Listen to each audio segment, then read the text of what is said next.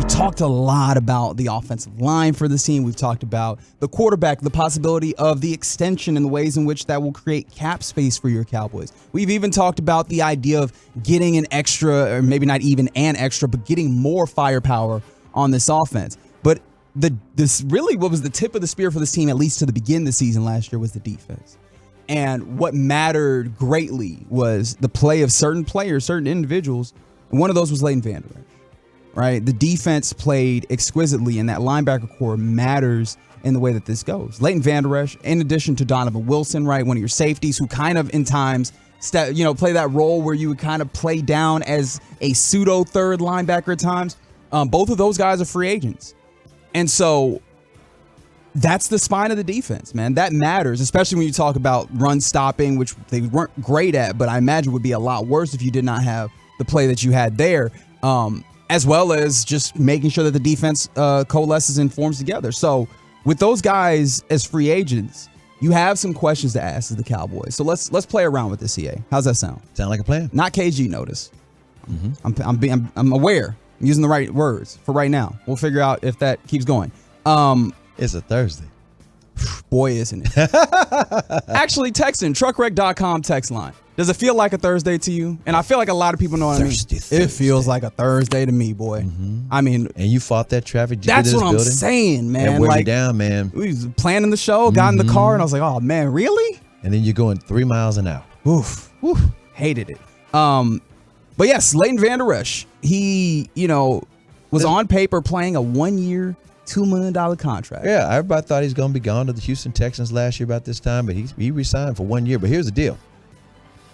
As much as I really love the Wolf Hunter, he can't stay healthy. Even this past year, he had a stinger. Remember, he missed a couple of games because of the stinger. Don't get me wrong. It wasn't like, it messed up the whole defense and messed up the whole year. No, it was at the end of the year, and it was at a time where they could afford him to be out. But I definitely want him back. The question is, at what price, at what cost? At the same time, we're talking about Donovan. Donovan, as you mentioned, he kind of was playing some linebacker. He's playing some safety. They got this package called the Big Nickel. Yes, sir. And he, by the way, for those who don't know, led the team in tackles like he's a damn linebacker. So, in a way, I think he's probably, as far as hitting and getting tackles, he's not Darren Woodson, but he's the closest thing we've had since Darren Woodson to do what he's doing. And they're going to have to pay him. The coaches love him. I'm not talking about overpay him. I'm just talking about they have to pay him. And for people, do we really need Donovan Wilson? I'm like, wait a minute. This dude can hit and he can tackle. And that's the question that I'm stumbling upon. And he gets picks. You stumbled onto the question is like, first question to ask yourself is, does your defense require Leighton Vander Esch and Donovan Wilson? It definitely requires Wilson. Now, don't get me wrong. Vander Esch is very, very good, and he's nice. But notice they were working around him the last couple of years because he's hurt. Not because, he's not any good and we can't put him out there. It's because you put him out there, then guess what? I'm talking about even the year before. He gets hurt, and therefore you can't do anything with it. Or he's out there on one leg. Or, you know what I'm saying? He was playing banged up, which is why they didn't extend his contract. I mean, think about it. He went to the Pro Bowl. Him and Jalen Smith went to the Pro Bowl together. But he hadn't done that since. And I like the guy a lot. And he played 14 games this past season, and when he did, it was notable, right? Yes, when he was really not good. playing, you had Anthony Barr kind of try to fill in, but it was very apparent throughout the course of this past season that Anthony Barr is not a inside linebacker. And he was hurt too earlier in the season. Thank goodness Vander Esch wasn't hurt at the same time Barr was hurt.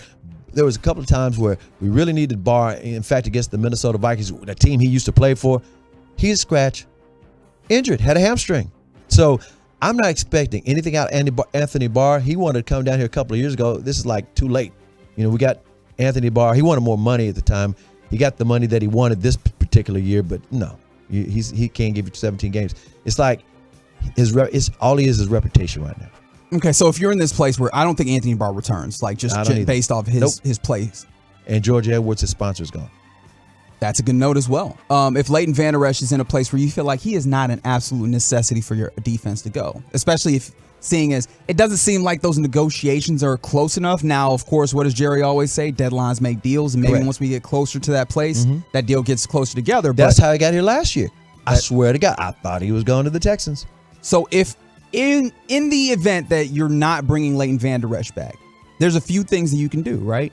Damone Clark and Jabril Cox are both young players, both out of LSU, mind you, that they have on this roster. Damone Clark played some games. There was to a little bit of shaky results, I would say.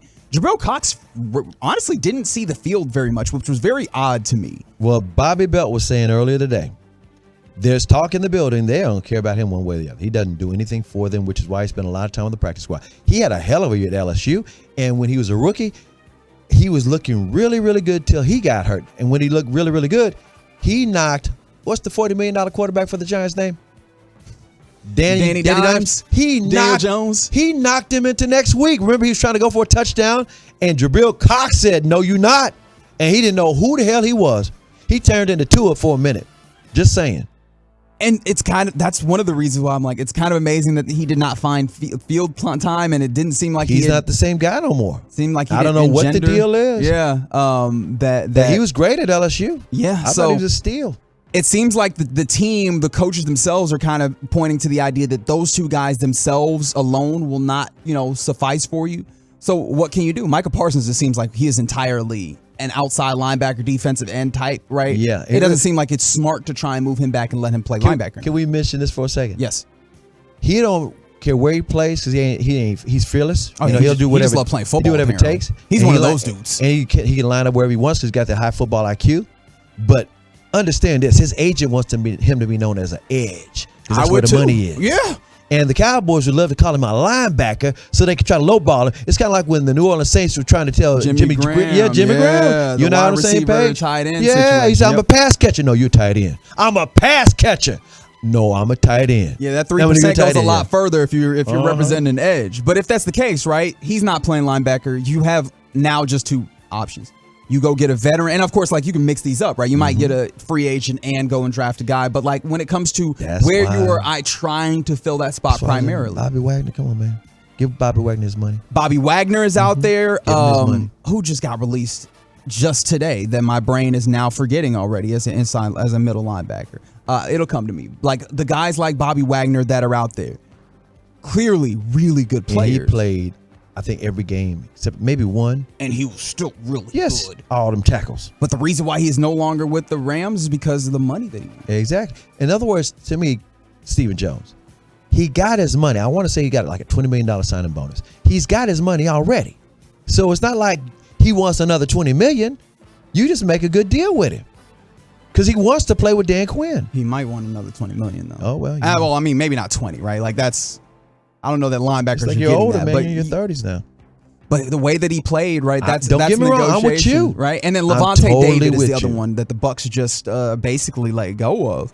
And it's those are guys that you really should, that would help solidify and you'd play great. But with the, the cap situation and the way that the Cowboys seem to be playing that middle linebacker spot, at least if we were to take the Leighton Vander Esch, they don't feel like they're meeting that number. I wonder if they would free up that money for something like that. So it seems like they'll go into the draft. But can I interest you in maybe I can't stand the way the Cowboys try to lean on a cap situation when it ain't even real. Well, look, we can talk that one up and down if we want to because there's a lot of these times. Everybody knows. There's a lot of these times where this time of year we start talking about how the quarterback costs too much money. Well, the pie. We can't do the pie at the end of the day. It's not. We just don't have enough money to go around. Yeah, you do. You just decide you choose not to. It's just that simple. They're parameters that the Cowboys set upon themselves. But if we were to work within those, can I interest you in a Bobby Okereke? 26-year-old, just played for the Indianapolis Colts. Can I interest you in a guy like that who's got experience, who probably won't cost a ton, and could probably play that role for you in the middle of the park? What you're basically saying, it ain't about it. Would I be interested? That's exactly what Stephen Jones is looking for. He ain't paying nobody the first week of free agency. He's looking for those bargains. That's what KG used to call them last March. Yeah, bargain basement, bargain those Walmart bin. specials. That's right.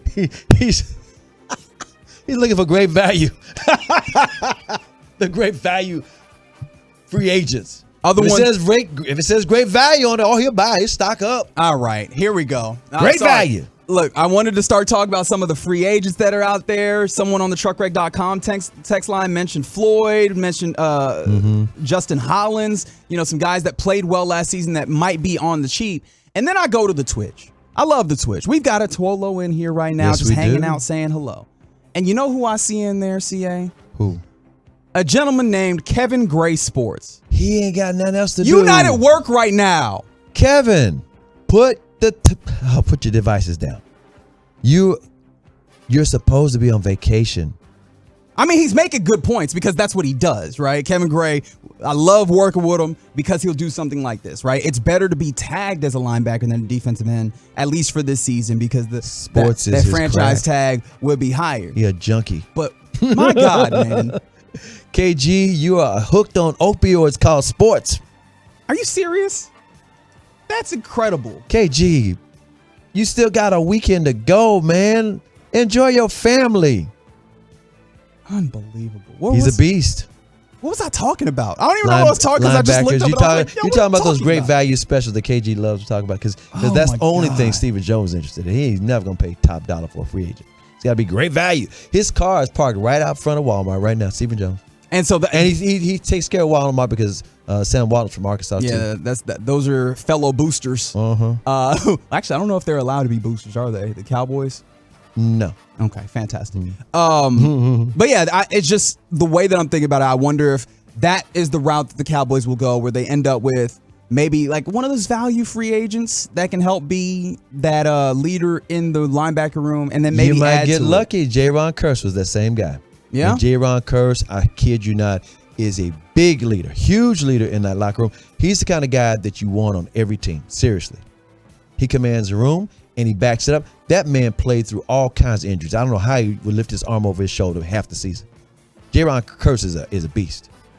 Yeah. So you laugh. What KG type? He said he's sitting with his daughter right next to him watching Warriors Grizzlies. You're not watching no.